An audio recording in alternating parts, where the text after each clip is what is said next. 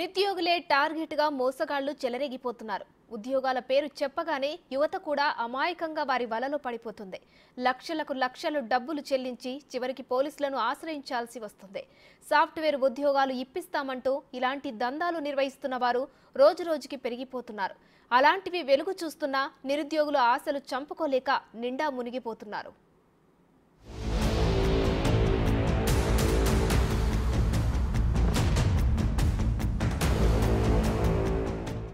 Software job status సింబల్గా మారిపోయింది.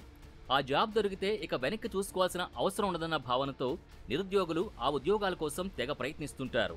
బడా కంపెనీలకు దరఖాస్తు చేసుకుంటూ ఇంటర్వ్యూ కాల్ కోసం ఎదురు చూస్తున్న యువత తెలుగు రాష్ట్రాల్లో లక్షల్లో ఉన్నారు.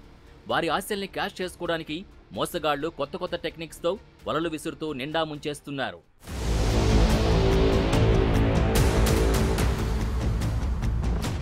హైదరాబాద్ మాదాపూర్లో మారోలిక్స్ టెక్నాలజీ సొల్యూషన్స్ కంపెనీ ఉద్యోగాల పేరుతో భారీ మోసానికి పాల్పడింది.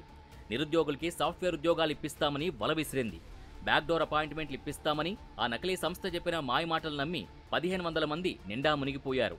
సదరు నిరుద్యోగుల నుంచి మారోలిక్స్ సంస్థ కోట్లలో డబ్బులు వసూలు చేసింది. ఒక్కొక్కరి నుంచి సుమారు 2 నుంచి 3 లక్షల రూపాయల వరకు వసూలు చేసినట్టు తెలిసింది. నేను లాస్ట్ ఇయర్ అక్టోబర్ కింద మారోలిక్స్ కంపెనీలో బ్యాక్డోర్ త్రూ అమౌంట్ కట్టి జాయిన్ అయ్యాను. వాళ్ళు ట్రైనింగ్ ఇస్తానని చెప్పి ఓన్లీ ట్రైనింగ్ ఇచ్చిన దాని తర్వాత శాలరీ ఏమి ఇవ్వకుండా, మాకు ఎటువంటి రెస్పాన్స్ ఏమి అవ్వకుండా, హెచ్ఆర్ కానీ ఫోన్ చేస్తే ఫోన్లు ఎత్తకుండా మాకు ఎటువంటి రెస్పాన్స్ అనేది ఏమీ ఇవ్వలేదు.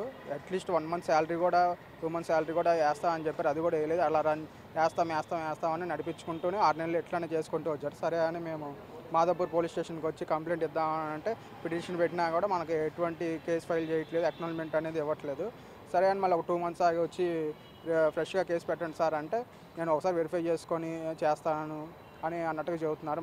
మాకు ఎటువంటి న్యాయం అనేది జరగట్లేదు. మాకు మీరైనా న్యాయం చేయాల్సింది కోరుతుంది. మేము మారోలిక్స్ టెక్నాలజీ అనే కంపెనీకి డబ్బులు కట్టాము.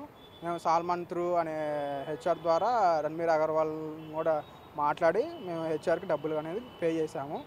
అక్నాలజ్మెంట్ అడుగుతూనేమో రిసెప్షన్లో అంటున్నారు, ఆల్రెడీ పాత కేసు ఉంది కదా దాని కింద పెడతారు, మళ్ళీ ఫ్రెష్గా కేసు ఏం పెట్టరు, అక్నాలజ్మెంట్ అనేది ఏం లేదు, ఏమేమో అని చెప్పారు. మేము last time 6 months back petition ఇచ్చినప్పుడు కూడా మా కానిస్టేబుల్ మీకు అప్డేట్ ఏమైనా ఉంటే ఇస్తామని చెప్పారు. ఎటువంటి రెస్పాన్స్ రాకపోవడంతో మేము ఇప్పుడు వచ్చి మళ్ళీ ఫ్రెష్గా లెటర్ అనేది సబ్మిట్ చేసాం. మాకు కేసు అనేది ఫైల్ చేయకుండా సేమ్ లాస్ట్ టైం ఎలా చెప్పారు ఇప్పుడు కూడా అంతే చెప్తున్నారు. డబ్బులు చెల్లించాక వారంతా అపాయింట్మెంట్ లెటర్స్ కోసం నిలదీయడంతో మారోలిక్స్ కంపెనీ బోర్డు తిప్పేసింది. దాంతో బాధితులు సంబంధిత వ్యక్తుల్ని నిలదీస్తే బెదిరింపులకు దిగారట. తమపై తప్పుడు ప్రచారం చేసినందుకు తిరిగి బాధితులపైనే కేసులు పెడతామని వార్నింగ్ మెయిల్స్ పంపించారట. 6 నెలల నుంచి తిరుగుతున్నా ఆ సంస్థ నుంచి ఎలాంటి స్పందన లేకపోవడంతో బాధితులు మాదాపూర్ పోలీస్ స్టేషన్లో ఫిర్యాదు చేశారు. నా పేరు తిరుమల కృష్ణ. నేను మారోలిక్స్ కంపెనీలో వర్క్ చేస్తున్నాను. ప్రస్తుతం వీళ్ళు ఫ్రాడ్ చేసి మా దగ్గర ఒక్కొక్కరి దగ్గర 1,60,000 తీసుకున్నారు.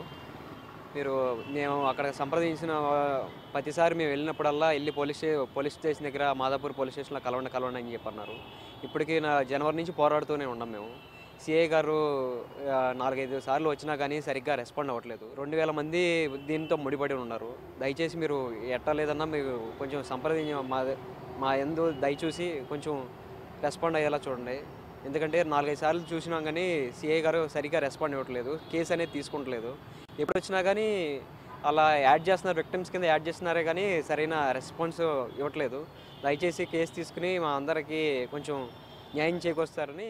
ఇదే విషయమై పోలీసులకి 4 నెలల క్రితం ఫిర్యాదు చేశామని, అయినా పోలీసులు ఎలాంటి చర్యలు తీసుకోలేదని బాధితులు వాపోతున్నారు. ఉద్యోగం కోసం అప్పులు చేసి మరీ తెచ్చిన డబ్బులకి వడ్డీలు కట్టలేక సతమతమవుతున్నామని బాధితులు గగ్గోలు పెడుతున్నారు. ఇప్పటికైనా తమకు న్యాయం చేయాలని బాధితులు పోలీసుల్ని వేడుకుంటున్నారు.